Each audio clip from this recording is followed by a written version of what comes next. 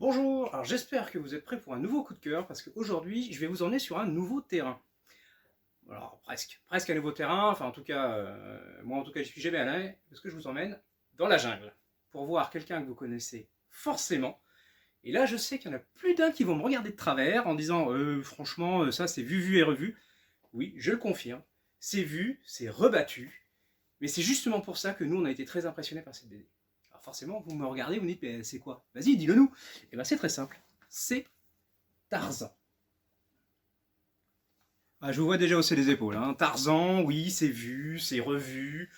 On a tous été bercés par les films, les dessins animés, les séries, les dérivés, j'en passe et d'autres. Hein. Certains penseront à Tarzan, d'autres penseront forcément à Johnny Weissmuller. Eh ben, oubliez Johnny Weissmuller.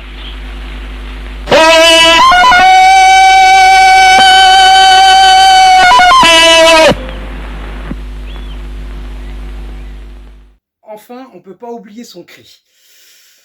Bon, revenons-en à notre petit coup de cœur. Pourquoi Tarzan?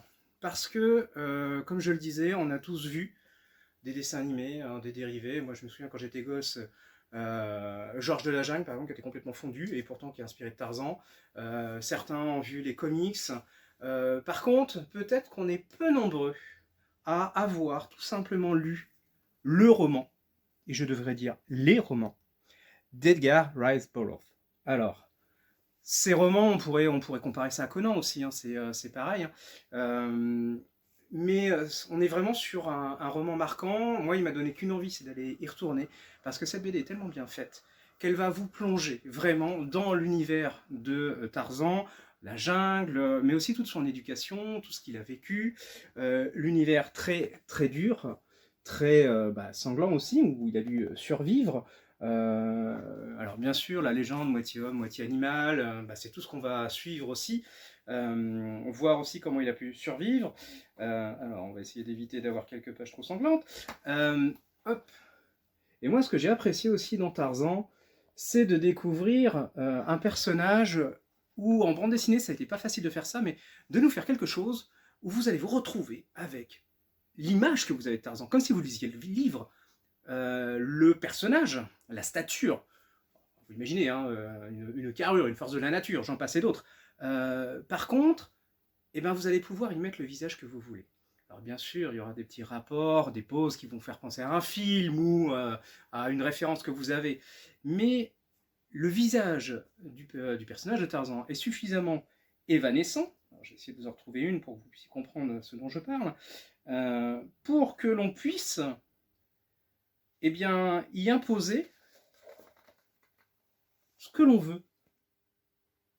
En clair, vous allez vous retrouver dans la même situation que le roman. Dans le roman, vous imaginez le personnage, la stature, elle est assez facile parce que décrite.